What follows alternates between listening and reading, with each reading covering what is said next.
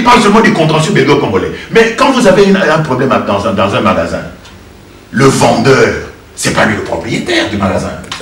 La Belgique n'a été que la gérante du magasin. Mais les actionnaires, les propriétaires du magasin, les Congolais ne s'en sont jamais préoccupés. Jusqu'au moment où nous parlons le 20 avril 2013. Il faudra qu'à un moment donné, qu'on se pose la question des créanciers du roi Léopold II. Et en ce moment-là, vous saurez pourquoi quelqu'un comme Joseph Kabila, un immigré clandestin, un sans-papier, qui arrive à Kinshasa le 17 mai 1997, pour la première fois de sa vie, Joseph Kabila met ses pieds à Kinshasa le 17 mai 1997. Moins de 4 ans plus tard, il est chef d'État. Mais c'est une histoire tellement monumentale. Ici en Europe, ici en France, pour avoir les documents, ne fût-ce qu'un papier de séjour, on pouvait mettre 10 ans, 15 ans. Mais lui, un sans-papier, un immigré clandestin, qui arrive dans les rangs de l'AFDS, sans passeport, sans visa congolais, il met les pieds pour la première fois à Kinshasa le 17 mai 1997. Moins de 4 ans plus tard, il est chef d'État. Et depuis 12 ans, il est chef d'État. Un pays comme le Congo, c'est un pays unique au monde. Ça ne s'est jamais fait dans le monde. Donc les Congolais doivent absolument requalifier leur vision et leur analyse et leur compréhension de leur pays. Sinon, nous allons le perdre. Nous sommes en train de le perdre. Parce que nous n'avons pas su que ceux qui décident du destin du Congo, ce sont les anciens créanciers du roi Léopold II qui continuent encore. Pourquoi maintenant ils veulent démanteler le Congo? Mais parce que le Congo ne rapporte plus. Jusqu'en 1960, le Congo était l'une des affaires les plus rentables. Et puis est arrivée l'indépendance. Et puis la sécession katangaise. Et puis la sécession du Sud-Kasaï. Et puis les rébellions. Et puis Mobutu a nationalisé. Et puis Mobutu a zérianisé. Et puis Mobutu a rétrocédé. Et puis il y avait les pillages. Là, le bien, donc la société anonyme, appelons la société anonyme Congo, n'a plus rapporté de l'argent. Toute l'économie s'est effondrée. Les usines ont été incendiées. Tout a été... Finalement, ils ont dit qu'est-ce qu'on va faire? On va démanteler l'affaire. Donc le bien commun va être démantelé. Chacun va prendre un petit morceau. C'est-à-dire créer son petit État et en faire ce qu'il voudra. Et c'est comme ça qu'on explique les 45 armées qui sont là-bas, qui doivent veiller au partage du Congo quand il va exploser. Pour que chacun garde un bon morceau. C'est-à-dire quoi? Ce sont les grandes sociétés ici, que ce soit Renault, que ce soit Mercedes, que ce soit... Donc tous ceux qui ont des intérêts là-bas, j'ai la liste ici. Et notamment, George Bush aussi a des intérêts là-bas, dans le pétrole notamment. Alors, pour faire ce travail de démantèlement du Congo, mais ils ont choisi les Tutsis. Ils ont choisi les Néotiques. C'est eux qui font ce travail de démantèlement du Congo parce qu'ils connaissent le Congo. Les Tutsis, les Rwandais d'abord, sont arrivés au Congo par vague. La première vague d'immigration rwandaise et burundaise au Congo date de 1935. Mais c'était des immigrations encadrées, dans le cadre de la mission d'immigration belge, la MIB. Donc, quand les Rwandais et les Burundais venaient au Congo, ils étaient appelés par l'autorité coloniale belge pour travailler dans les plantations, dans les mines, parfois dans l'administration. Bon, d'autres sont venus un peu plus tard dans les écoles, dans les universités, mais ils gardaient et leur nationalité et leurs origines ethniques. Vous comprenez? Donc, ils nous connaissent maintenant. Ils sont venus, d'autres sont venus clandestinement en faisant perdre leurs vaches, et ils se sont tous retrouvés maintenant pour se faire appeler les Banyamulenge. Banyamulenge au Congo, c'est une impossibilité ethnique et historique, et même une aberration. Pourquoi? Mais parce que le Rwanda, en 1885, est déjà une colonie allemande. Et donc les Rwandais, y compris les Tutsis et les Hutus, sont des sujets allemands. Donc, si vous supposez qu'il y a des Tutsis congolais, vous devez supposer qu'en 1885, l'Allemagne a laissé Léopold II s'emparer des sujets allemands, des sujets de la colonie allemande, ce qui est une impossibilité. D'autant plus que Léopold II doit la reconnaissance de l'État indépendant du Congo grâce à qui? À Bismarck, le chancelier allemand de l'époque, qui a usé de son influence pour que les 14 puissances métropolitaines coloniales européennes puissent reconnaître les documents apportés par Stanley. Vous comprenez? Donc, en 1885, le Rwanda est déjà une colonie allemande. Les Tutsis et les Hutus sont déjà des sujets allemands. Que ce soit le Rwanda, que ce soit le Burundi, que ce soit d'ailleurs la Namibie, puisque l'Allemagne avait plusieurs colonies, n'est-ce pas, en Afrique. Le Rwanda, le Burundi, la Namibie, le Togo, le Cameroun. Mais en perdant la Première Guerre mondiale, l'Allemagne perd aussi ses colonies africaines. Alors une partie de ces colonies est partagée entre la France et l'Angleterre, sauf le Rwanda et le Burundi, qui sont donnés en mandat à la Belgique en 1919. Par qui? Par la SDN, la Société des Nations, qui est l'ancêtre de l'ONU. Alors, la Belgique crée une association appelée Congo belge et Rwanda-Urundi. Attention aux Français. La Belgique n'a pas créé le Congo et le Rwanda-Urundi belge. Non. Elle a créé le Congo belge et le Rwanda-Urundi. C'est-à-dire que le Rwanda-Urundi n'était pas belge. Autrement, ça serait donné Congo et Rwanda-Urundi belge. Mais c'est Congo belge et Rwanda-Urundi. Donc, Rwanda-Urundi n'était pas belge. Et donc, le Rwanda et le Burundi étaient gérés, administrés de façon totalement différente par rapport à Congo belge. Parce que le Congo belge était devenu le bien des créanciers de roi Léopold II, qui devait servir au remboursement de leurs dettes, les dettes des créanciers. Tandis que le Burundi et le Rwanda étaient des pistes de guerre, des butins de guerre, à la suite de la défaite de l'Allemagne. Mais on donne ces deux pays sous mandat à qui? À la Belgique. Et donc, les citoyens burundais et rwandais, pendant la période qui part de 1919 jusqu'en 1960, n'étaient pas régis par les mêmes lois, n'avaient pas les mêmes droits au Congo. Donc, quand ils venaient au Congo travailler dans les mines, dans les plantations, eh bien, ils gardaient leur nationalité d'origine. Donc, quel que soit le côté dont vous considérez le problème, il n'y a pas de Tutsi rwandais. Mais encore, il n'y a pas de Tutsi congolais, mais encore.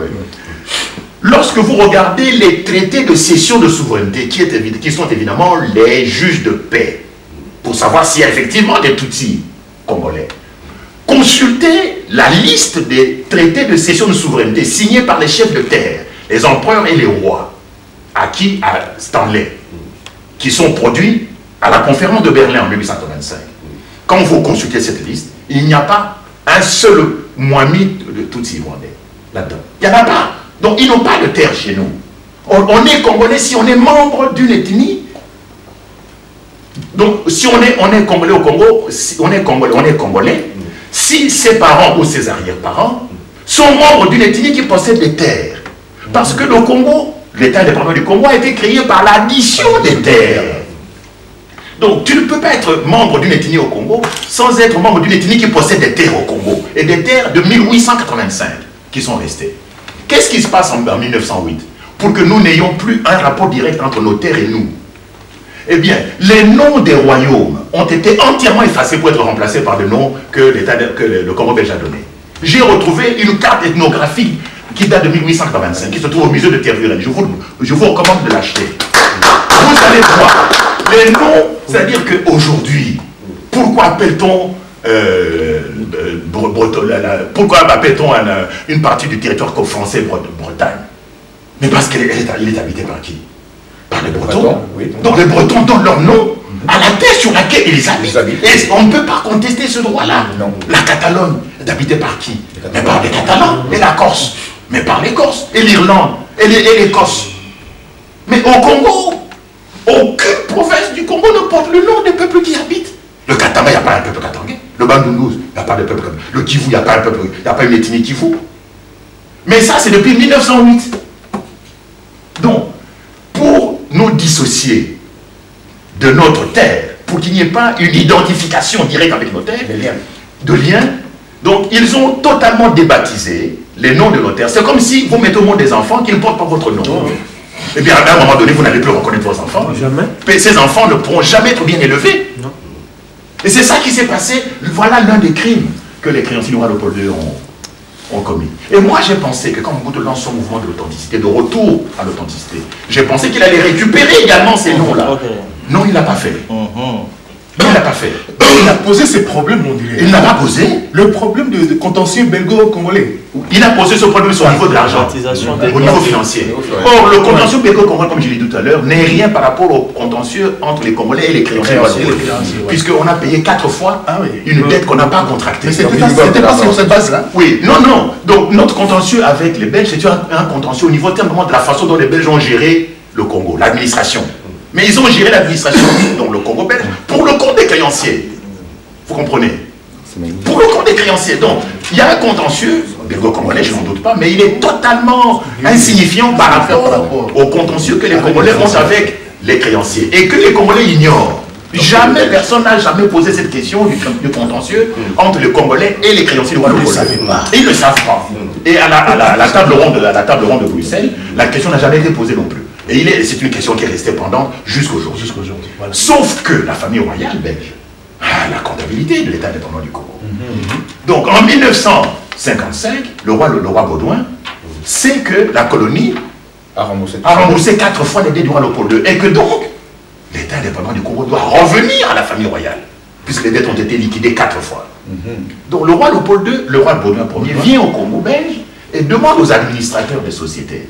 En 55. En 55, on l'appelait Bwana Kitoko. Il y a des photos. On l'appelait à l'époque Bwana Kitoko.